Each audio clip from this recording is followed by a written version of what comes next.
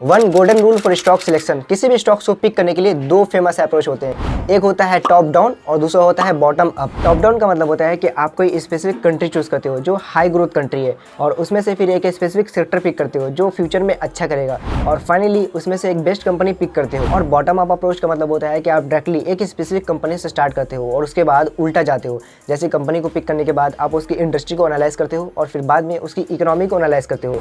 तो यहाँ पे जब आपको कोई स्टॉक रिकमेंड करता है तो हम इसे बॉटम अप अप्रोच कहेंगे, क्योंकि यहाँ पे डायरेक्टली आपको कंपनी की टिप मिल जाती है। तो अच्छा स्टॉक्स को डिटेल में 5 मिनट में शायद एनालाइज नहीं कर पाओगे, लेकिन अगर किसी ने आपको फालतू स्टॉक्स रिकमेंड कर दिया जो अक्सर होता रहता है तो आप इस प्रोसेस से इजीली उसको आइडेंटिफाई कर सकते हो। तो इसीलिए कोई भी स्टॉक्स में इन्वेस्ट करने से पहले हमें 4 चीजें समझना बहुत ज्यादा जरूरी है। So the first one is corporate governance. तो कॉर्पोरेट गवर्नेंस पर कोई भी नेगेटिविटी उसके कंपनी के मैनेजमेंट के खिलाफ नहीं होना चाहिए, ये इंपॉर्टेंट है।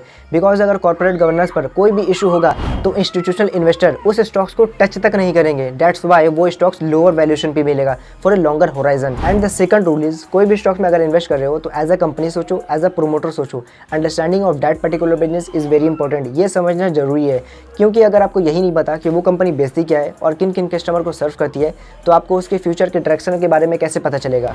बाकी सारी चीज़ें तो बाद में आती है, ये पहले ज़रूरी होता है। एंड मोस्टली केसेस में जब आपको उसके बिजनेस के बारे में पता नहीं होगा तो आप उस स्टॉक्स को या फिर बिजनेस को होल्ड नहीं कर पाओगे मार्केट करेक्शन के टाइम। तो बिजनेसेस को समझना बहुत ज़्यादा जरूरी है। ये समझना जरूरी नहीं है कि वो किस प्राइस पे चल रहा है, मैं इस प्राइस में एंट्री लूंगा, मैं इस प्राइस में एग्जिट लूंगा। This is wrong in the stock market. ये चीज़ आपको ट्रेडर बना देगी, इन्वेस्टर नहीं। और ट्रेडिंग में किसी भी आउटकम के 50-50% चांसेस होता है and you know it very well. और ट्रेडिंग में आप हर बार सही नहीं हो सकते हो और इस तरह से स्टॉक्स में इन्वेस्ट करके आपकी वेल्थ क्रिएट करने का चांसेस बहुत कम होगा। So understanding of that particular business is the first rule. The third rule is earning visibility, कि कंपनी की जो अर्निंग लॉन्गेटिविटी है वो कैसी है, मतलब मार्केट करेक्शन के टाइम वो बिजनेस सस्टेन कर पाएगी या नहीं, या 50% डाउन के साथ शेयर होल्डर का पैसा डुबा तो नहीं देगी, उसका अर्निंग विजिबिलिटी नजर आ रहा है या नहीं, उसका ग्रोथ हर साल बढ़ रहा है या नहीं, एंड क्या वो कंपनी पिछले 5 से 10 साल से कंटिन्यू अपना ईपीएस ग्रोथ रेट 10% से बढ़ा रहा है या नहीं। इसी के साथ एक और रूल आता है जो कि है ग्रोथ इन अर्निंग। आपने देख लिया कि अर्निंग लॉन्गेटिविटी और अर्निंग विजिबिलिटी काफी अच्छा है आने वाले समय में, लेकिन क्या ग्रोथ आएगी अर्निंग में, that is very also important,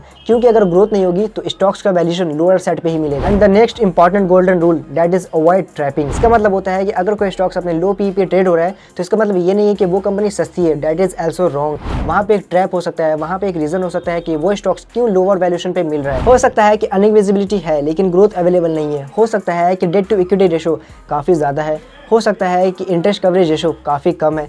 तो ये सारी चीज़ें भी मैटर करती हैं। एंड अगर ग्रोथ अवेलेबल है लेकिन शॉर्ट टर्म चीज़ें कुछ श्योर नहीं हो तो अवॉइड करो, इसलिए वैल्यूएशन के चक्कर में मत पड़ना। अगर मैं सिंपल और क्लियर वर्ड में बोलूँ तो सबसे पहले आपको उसके बिजनेस पे ध्यान देना है, फिर उसके फाइनेंशियल परफॉर्मेंस पे ध्यान देना है, फिर उसके मैनेजमेंट पे ध्यान देना है। इन 3 चीज़ों से आपको उस बिजनेस के क्वालिटी का पता चलेगा और लास्ट में आपको वैल्यूएशन पे ध्यान देना है। लेकिन अगर आपको ये जानना है कि फंडामेंटल एनालिसिस करते कैसे हैं तो लेफ्ट वाली वीडियो पर क्लिक करो और जान लो।